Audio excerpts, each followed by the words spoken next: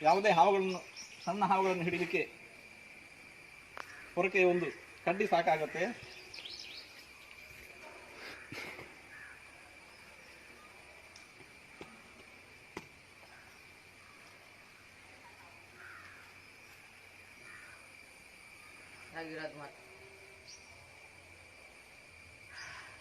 ಇದ್ದೇವೆ ಇಷ್ಟೇ. ಇದೀಗ ನೋಡಿ, ಅದರ ಮುಂಭಾಗದಲ್ಲಿ ಹಿಡಿದರೆ ಅದರ ಭಾರಕ್ಕೆ ಇದು ಹೀಗೆ ಗಟ್ಟಿಯಾಗಿ ಬಿಡತ್ತೆ. ಗಟ್ಟಿಯಾಗಲಿಕ್ಕೆ ಉರುಳು ಯಾವುದೇ ಹಗ್ಗದಿಂದಲೂ ಮಾಡಬಹುದು.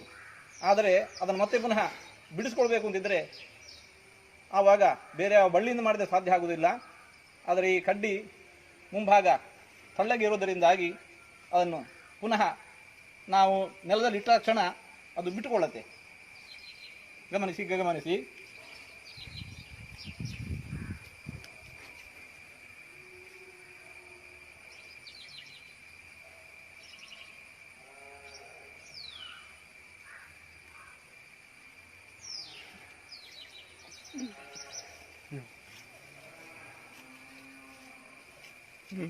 ಇದನ್ನೀಗ ನೀವು ಒಂದು ಬಕೆಟಿಗೋ ನೋಡಿ ಹೀಗೆ ಒಂದು ಚೀಲಕ್ಕೋ ಹಾಕೊಂಡ್ರೆ ಕೆಲಸ ಮುಗಿದೋಯ್ತು, ಸುಲಭ ಆಗೋಯ್ತು.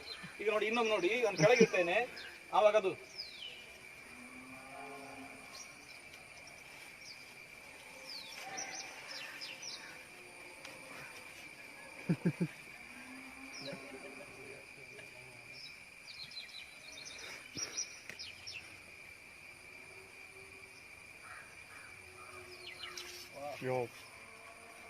ಮೀನಾ ಕತ್ತಿದೆ.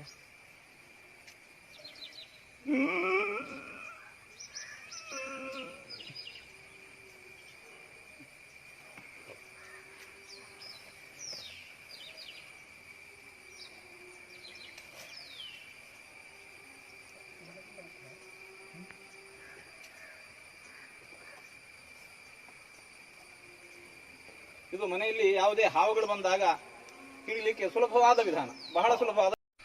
ಯಾವುದೇ ಹಾವುಗಳನ್ನು, ಸಣ್ಣ ಹಾವುಗಳನ್ನು ಹಿಡಿಲಿಕ್ಕೆ ಹೊರಕೆ ಒಂದು ಕಡ್ಡಿ ಸಾಕಾಗತ್ತೆ.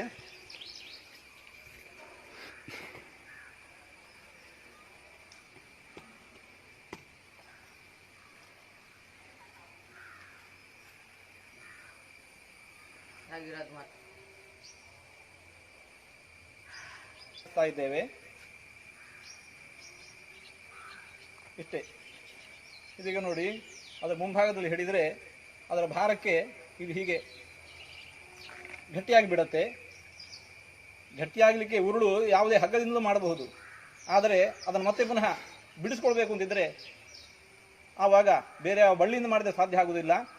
ಆದರೆ ಈ ಕಡ್ಡಿ ಮುಂಭಾಗ ತಳ್ಳಗೆ ಇರೋದರಿಂದಾಗಿ ಅದನ್ನು ಪುನಃ ನಾವು ನೆಲದಲ್ಲಿ ಇಟ್ಟ ಕ್ಷಣ ಅದು ಬಿಟ್ಟುಕೊಳ್ಳುತ್ತೆ. ಗಮನಿಸಿ.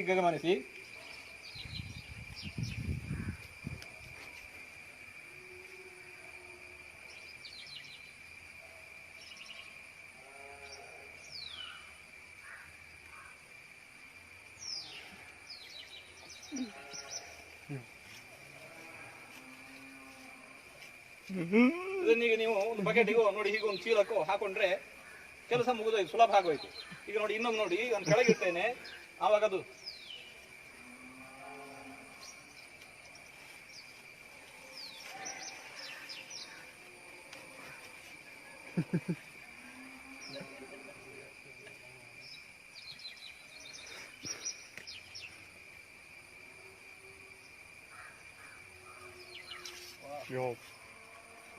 ಮೀನಾ ಕತ್ತಿದೆ.